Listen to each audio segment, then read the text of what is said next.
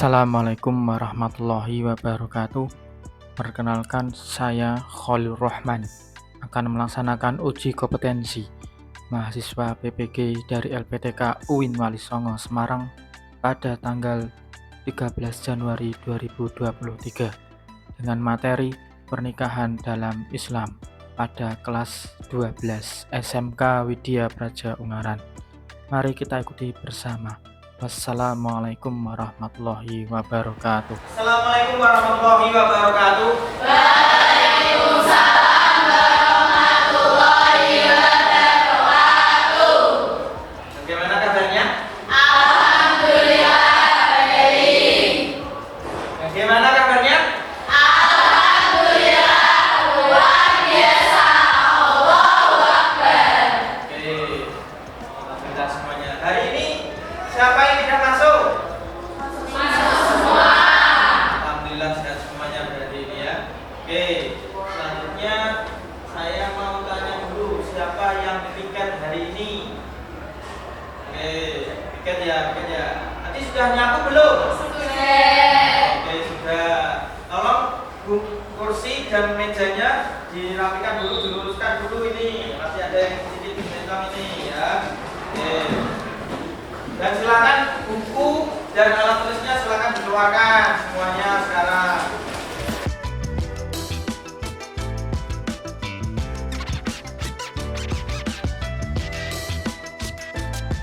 Sudah semuanya? Alhamdulillah. Selanjutnya silahkan dari ketua kelas untuk memimpin doa.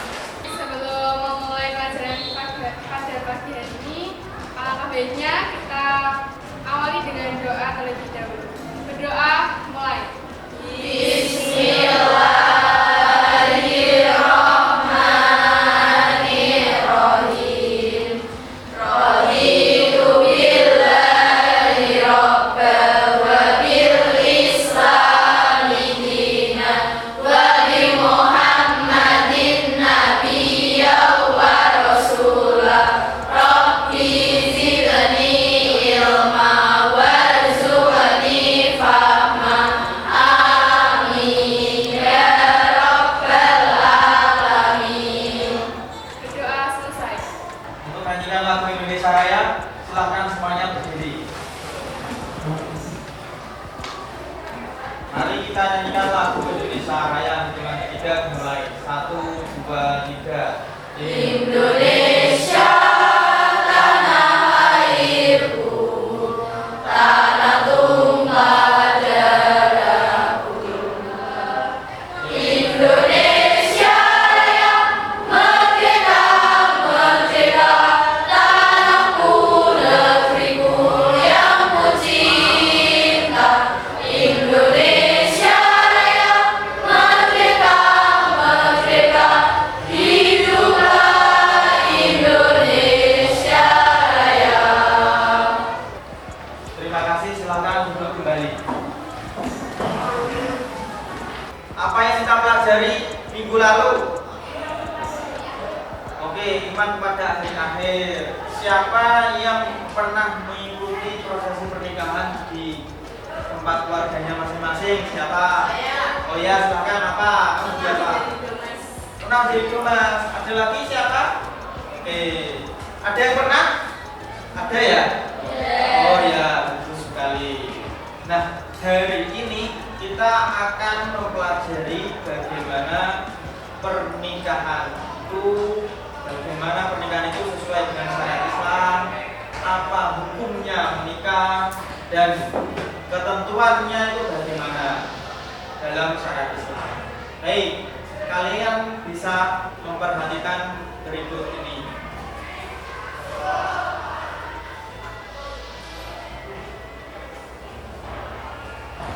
Nah, di sini kalau minggu lalu kita sudah mempelajari materi tentang iman dari akhir. Hari ini kita akan mempelajari tentang menganalisis dan mengevaluasi ketentuan-ketentuan dalam pernikahan Islam. Di sini Pak Guru akan menyampaikan ketentuan-ketentuan dan dalam pernikahan Islam, ketentuan dalam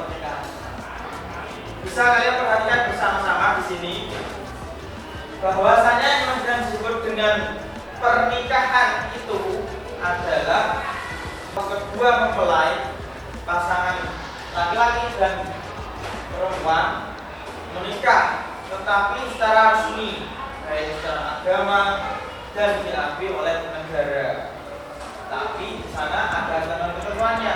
Apa di antaranya? Apakah kita langsung menikah saja langsung sah?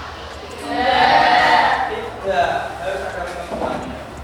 Nah, oke, sebelum saya lanjutkan, siapa yang mau bertanya dulu? Oh ya, silakan ini dulu.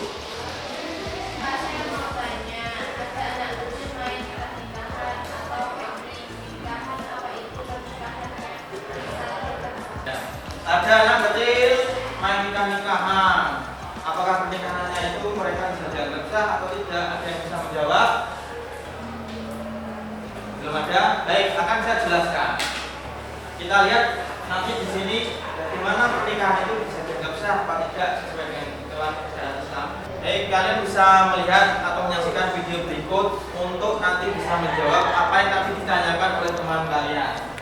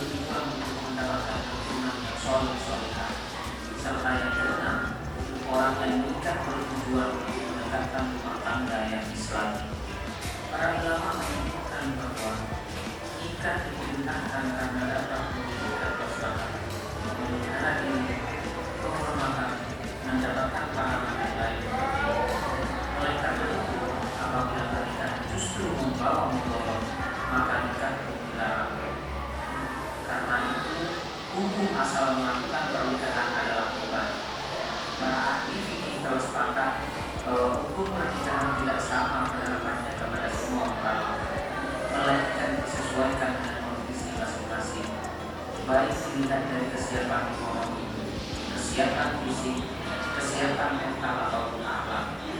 Karena itu, hukum nikah bisa menjadi wajib, sunnah, mubah, haram dan makruh.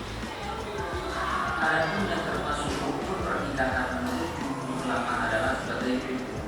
Pertama, ada calon suami. Yang kedua, ada calon istri. Yang ketiga, wanita yang bapak kandung oleh wanita penerima wasiat atau kerabat terdekat. Yang keempat, 2 orang saksi, serta yang kelima ijab dan kabul. Nikah yang disyariatkan oleh Allah dan Rasul-Nya melalui Al-Quran dan Hadis memiliki hikmah yang sangat besar. Di antaranya sebagai berikut. Pertama, terciptanya hubungan antara laki-laki dan perempuan yang bukan mahram dalam ikatan suci yang halal dan ridhoi. Yang kedua, mendapatkan keturunan yang sah dari hasil pernikahan. Yang ketiga, terpeliharanya kehormatan suami istri dari perbuatan zina. Yang keempat, terjadinya kerjasama antara suami dan istri dalam mendidik anak dan menjaga kehidupan. Serta yang kelima, terjadinya silaturahim antara keluarga besar pihak suami dan keluarga besar pihak istri. Perilaku mulia yang dapat diterapkan rumah tangga dalam hal ini. Yang pertama, melaksanakan perintah Allah dan keikhlasan. Yang kedua, memelihara keturunan dan keturunan yang utama. Yang ketiga, menjaga masyarakat dari dekadasi moral dan penyakit yang ditimbulkan dari hubungan seksual dan keikhlasan.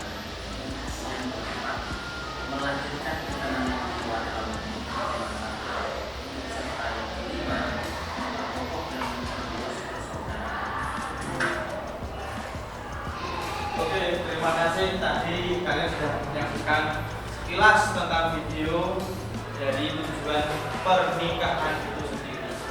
Di sana ada banyak sekali disampaikan bahwasanya tujuan pernikahan itu tidak hanya diridhoi oleh Allah, akan tetapi sesama manusia antar keluarga juga mereka akan menjadikan saling lebih dekat atau terjalin silaturahmi yang lebih erat lagi.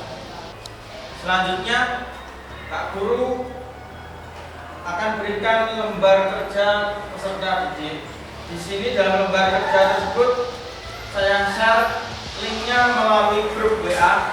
Nanti kalian buka link yang Pak Guru share, kemudian nanti kalian diskusikan dengan kelompok diskusi kalian masing-masing, dan kemudian dari diskusi tersebut kalian di situ nanti isi apa saja sebagai hasil diskusi yang telah kalian lakukan. Nah, linknya akan saya share di grup, dan di sini kalian akan saya bagi menjadi 4 kelompok. Yang di sini kelompok pertama, di sini kelompok kedua, di sini kelompok ketiga, dan di sini kelompok keempat. Nanti masing-masing kelompok putar bangkunya dan membentuk lingkaran masing-masing, kemudian berembuk tentang menjawab atau melihat lembar kerja yang Pak Guru sampaikan di link tersebut.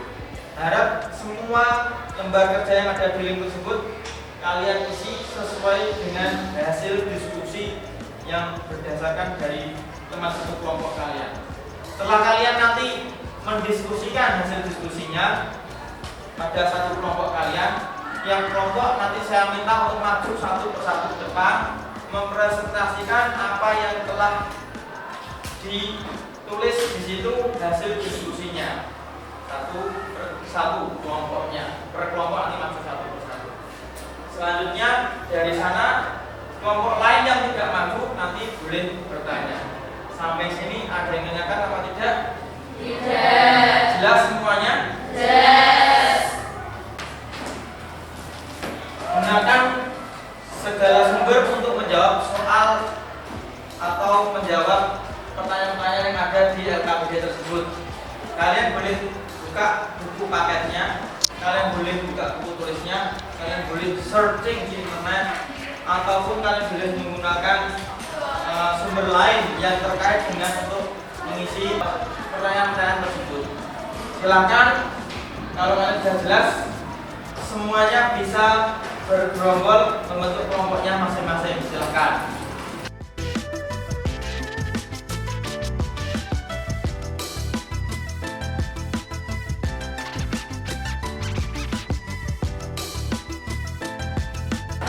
Baik, silakan kalian buka HP kalian masing-masing, kemudian silakan diskusikan dengan teman kalian.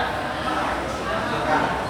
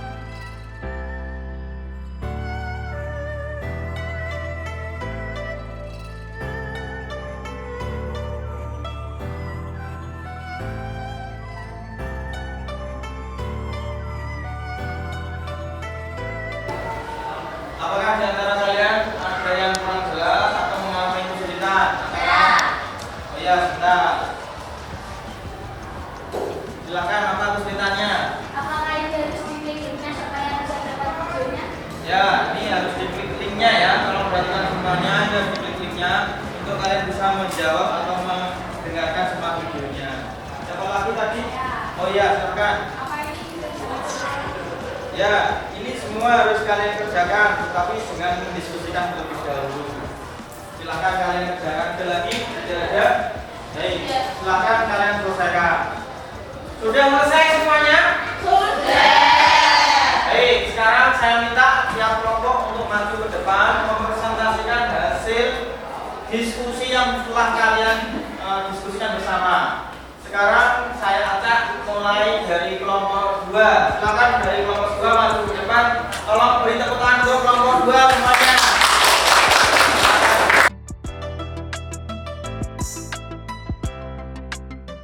Yang lainnya, ketika teman kalian mempresentasikan hasil diskusinya, tolong perhatikan baik-baik apakah jawaban yang disampaikan oleh teman kalian itu tepat atau tidak. Kalian bisa mengkoreksinya dan kalian harus nanti saya minta untuk bertanya tentang apa yang dipresentasikan.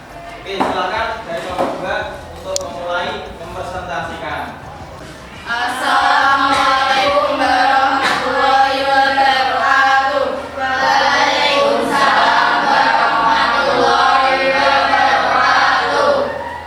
Kami dari kelompok 2 ingin mempresentasikan hasil diskusi kami. Sebelumnya, saya ingin memperkenalkan diri. Saya Ratna Nadia. Saya Nadia Puspita. Saya Mail Filati Pasari. Saya Sekar Ayu. Saya Nanda Apriliani. Saya Jupri Ayu Mulyas. Hasil diskusi kelompok kami akan disampaikan oleh Pak Lutfi. Berdasarkan video yang kami amati di atas, kami menemukan dalil tentang ketentuan pernikahan dalam Islam. Di antaranya, pertama surat Quran An-Nahl ayat 72 yang artinya Allah Subhanahu wa taala menjadikan dari kamu istri-istri dari jenis kamu sendiri dan menjadikan bagimu dan istri-istri kamu itu anak-anak dan cucu-cucu dan memberimu rezeki dari yang baik-baik. Maka mengatakan mereka beriman kepada yang batil dan mengingkari nikmat Allah Subhanahu wa taala. Dan Quran surat An-Nur ayat 32 yang artinya dan kawinkanlah orang-orang yang sendirian di antara kamu dan orang-orang yang layak berkawin dalam hamba-hamba sahayamu yang laki-laki dan hamba-hamba sahayamu yang perempuan. Jika mereka miskin, Allah Subhanahu wa taala akan memampukan mereka dengan karunia-Nya dan Allah Subhanahu wa taala Maha luas pemberiannya, lagi Maha mengetahui. Demikian hasil diskusi kami yang telah disampaikan oleh teman kami. Apakah teman-teman ada yang mau ditanyakan? Saya ingin bertanya. Silahkan. Jadi dari tersebut apakah sesuai dengan ketentuan pernikahan siri dan berikan alasannya? Terima kasih atas pertanyaannya tersebut. Pertanyaan tersebut akan dijawab oleh teman kami Sekar. Dalil yang disampaikan tadi memang tidak ada ketentuan pernikahan siri, akan tetapi ada ketentuan dan anjuran untuk menikah sesuai dengan perintah Allah terlepas dari ketentuan pernikahan siri. Intinya hanya ketentuan pernikahan secara umum saja. Terima kasih. Terima kasih dari kelompok kami. Wassalamualaikum warahmatullahi wabarakatuh. Oke, beri tepuk tangan untuk mereka semuanya. Bisa kembali ke tempatnya. Terima kasih. Semua kelompok sudah maju ke depan untuk melakukan presentasi. Beri tepuk tangan untuk semuanya. Baik, sekarang kalian boleh kembali ke tempat kalian masing-masing. Silakan.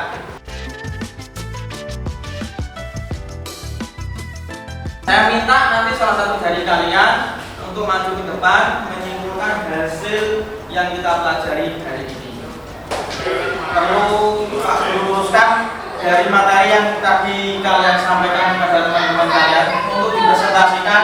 Ada beberapa materi yang perlu Pak Guru luruskan. Antaranya adalah seperti ini. Kalian sudah perhatikan materi yang Pak Guru sampaikan. Makna tentang pernikahan. Di sini pernikahan itu berasal dari kata al-jamu atau bertemu atau berkumpul. Menurut istilah, nikah itu adalah suatu ikatan lahir batin antara seorang laki-laki dan seorang perempuan untuk membina suatu rumah tangga melalui apa? Melalui akad yang dilakukan menurut hukum syariat Islam. Bisa kita ketahui di sini, berarti jika ada yang bertanya tadi di awal, apakah anak kecil bisa melakukan pernikahan saat mereka main-main, kemudian bisa dianggap melakukan pernikahan, itu bisa dianggap tidak, karena harus ada syarat, yaitu sesuai hukum syariat Islam. Hukum syariat Islam di sini ada apa?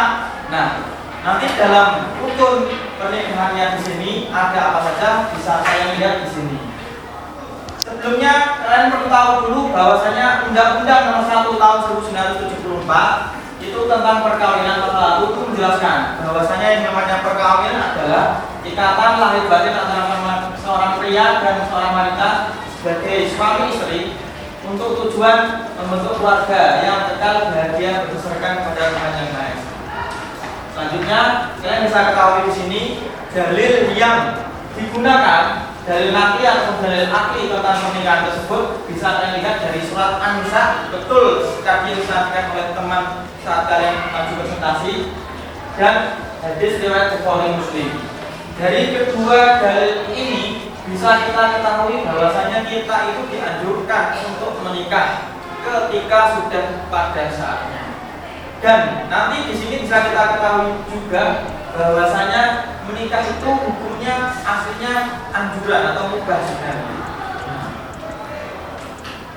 Selanjutnya bisa kalian ketahui di sini, orang menikah itu jika berdasarkan dari hadis yang diriwayatkan oleh Bukhari dan Muslim sebagai berikut. Nabi Muhammad bersabda, wanita dinikahi karena 4 hal: karena hartanya, kedudukannya, kecantikannya, atau agamanya. Di sini hadis yang disebutkan secara umum saja. Tidak hanya wanita, tetapi pria pun juga sama. Hartanya, kedudukannya, kecantikannya, atau agamanya. Dari keempat kriteria atau aspek tersebut, yang paling utama dianjurkan oleh Nabi adalah agamanya. Karena ketika dia agama yang dia pilih, maka harta, kedudukan, dan kecantikan itu bisa dicapai dengan sendirinya. Akan tetapi jika hanya memilih harta saja aspek yang diinginkan, maka agama tidak akan didapatkan, maka kecantikan, kedudukan, dan lain sebagainya ketika dia sudah tidak punya harta lagi, maka pernikahannya akan selesai atau bercerai. Oleh karena itu, nikahilah pasanganmu karena agamanya, artinya karena ridho Allah. Maka ada yang mengatakan mu'minan kau dengan bismillah, itu adalah suatu kata-kata yang menikahi seseorang karena memang dengan agamanya. Baik, kita lanjutkan. Di sini kita ketahui bersama bahwa hukum pernikahan itu ada banyak. Ada yang wajib, ada yang jaiz, ada yang sunnah, ada yang makruh, ada yang mubah. Di antara hukum-hukum tersebut, kita mengetahui kenapa hukumnya bisa bermacam-macam. Karena melihat kondisi setiap orang itu bermacam-macam. Jaiz artinya jika sudah menjadi dasarnya, semua orang itu dasarnya itu boleh menikah. Tetapi menjadi wajib ketika orang itu sanggup, artinya dia sudah secara fisik sudah dewasa, kemudian dia sudah bekerja, secara ekonomi pun sudah mapan, ada keinginan, maka di sini untuk menghindari perzinahan agar tidak terjumus, maka dia wajib hukumnya untuk menikah. Sunnah pun demikian. Semua hukum ini disesuaikan dengan kondisi mereka masing-masing. Termasuk ada yang haram, yaitu orang yang melakukan pernikahan tapi punya niat yang buruk. Niatnya ingin membuat, misalkan menguasai harta pasangannya, niatnya ingin menguasai warisan pasangannya dan sebagainya. Niat-niat yang demikian tersebut meskipun diucapkan dalam hati atau juga secara lisan atau enggak, itu nanti hukum pernikahan yang dilakukan itu jadinya haram. Oleh karena itu dalam pernikahan ini jangan dijadikan tujuan main-main. Oke, selanjutnya tujuan pernikahan, sebagaimana tadi yang disampaikan oleh video tersebut, kalian bisa mengetahui bahwa tujuan pernikahan ada beberapa. Di antaranya memperoleh kebahagiaan, keturunan, memenuhi kebutuhan seksual yang sah dan diridhoi Allah tentunya ya, dalam keadaan demikian. Selanjutnya, di sini kita perlu tahu bahwasanya dalam menikah itu ada rukun dan syarat-syaratnya sesuai ketentuan Islam, yaitu ada calon suami, ada calon istri, ada wali, ada 2 orang saksi, dan ada ijab qabul. Calon suami jelas syaratnya, kalau orang Islam berarti beragama Islam. Calon istri pun juga sama, beragama Islam, tidak dipaksa dan bukan muhrim di antara keduanya. Untuk yang istri tidak dalam masa iddah itu artinya masa menyusui, tidak sedang ihram atau haji atau umroh. Wali pun juga sama, ada syarat ketentuannya. Mukallaf, laki-laki, adil, tidak sedang haji atau ihram. Saksi juga sama, Islam, dewasa, sehat akalnya, kemudian tidak fasik, hadir dalam akad nikah pada saat pernikahan dilangsungkan. Kemudian dari ijab qabul, ijab itu artinya ikrar atau pernyataan yang disampaikan oleh pihak mempelai wanita ini atau wali nikah. Kemudian qabul itu pernyataan yang disampaikan oleh pihak mempelai pria calon suami. Nah, ketika ijab dan qabul sudah benar-benar disampaikan, maka sudah sahlah yang disebut dengan pernikahan. Tapi apakah kita semua boleh menikahi semua orang lawan jenis kita? Tentu ada batasannya. Di sini kalian perlu mengetahui juga bahwa tidak semuanya boleh menikahi. Ada yang disebut dengan mahram. Mahram itu orang yang haram untuk dinikah. Di antaranya adalah 1. Wanita yang haram dinikahi karena keturunannya. Contoh ibu kandung. Laki-laki menikahi ibu kandungnya tidak boleh. Dan sebaliknya. Itu. Nah, ini ada juga karena persusuannya, karena perkawinan, jadi ibu mertua itu juga tidak boleh seperti itu. Nah, ada kasus juga yang viral akhir-akhir ini tentang pernikahan seorang suami istri kemudian berselingkuh menikahi mertuanya, katanya demikian ya. Nah, bagaimana hukum tersebut? Boleh tidak? Tidak boleh, jelas itu mahramnya. Di sini kita perlu tahu orang yang melakukan tersebut berarti tidak boleh. Sudah dikasih proposnya malah minta pabriknya, namanya kemudian. Baik, itu penjelasan-penjelasan dari yang Pak Guru sampaikan tentang hari ini yang kita pelajari. Sampai saat ini apakah sudah jelas semuanya? Ada yang nanyakan? Silakan buka HP-nya, Pak Guru akan saya share. Pak Guru akan share link tentang soal. Di situ ada 3 soal. Yang pertama, bagian pertama soal pengetahuan. Kalian jawab soal tersebut. Kalian isi. Yang pilihan ganda kalian jawab langsung. Yang soal uraian kalian jawab juga langsung. Dan soal yang kedua ada soal penilaian antar teman, di mana tadi saat kalian berdiskusi kalian nilai teman kalian, tidak boleh menilai teman yang sama. Jadi teman sebangku nilai temannya, kemudian temannya menilai yang lainnya. Gitu. Saat berdiskusi bagaimana tadi, apakah diskusinya tadi antusias atau bagaimana, di situ ada penilaian teman. Dan kemudian di situ kalian bisa melihat ada penilaian diri. Kalian isi sejujurnya dalam penilaian diri itu apa yang kalian alami saat kalian tadi di situ. Nah, melakukan diskusi dan sebagainya, atau yang kalian alami atau yang kalian pelajari hari ini sesuai kemampuan kalian sendiri. Silahkan kerjakan waktunya. Saya kira 30 menit cukup. Ada pertanyaan?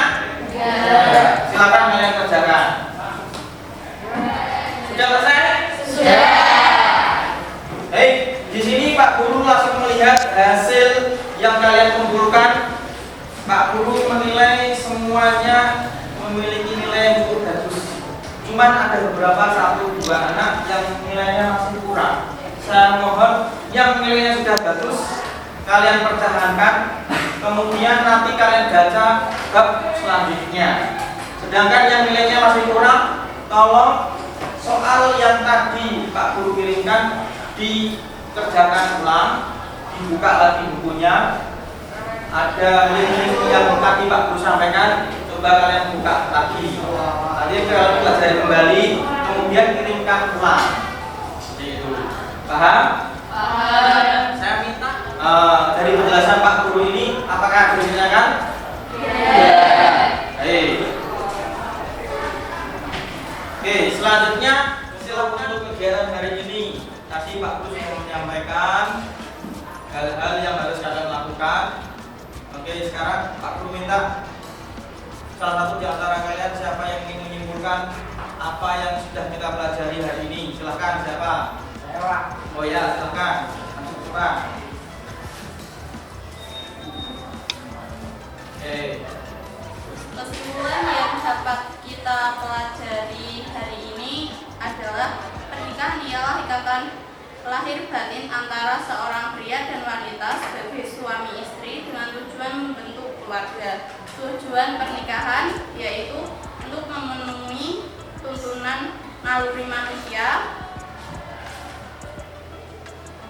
untuk mendapat ketenangan hidup, untuk membentengi akhlak, untuk meningkatkan ibadah Allah SWT, untuk mendapatkan keturunan yang saleh. Hukum pernikahan ada 5, yaitu wajib, sunnah, mubah, haram, dan makruh. Terima kasih. Sekian dari saya. Semuanya.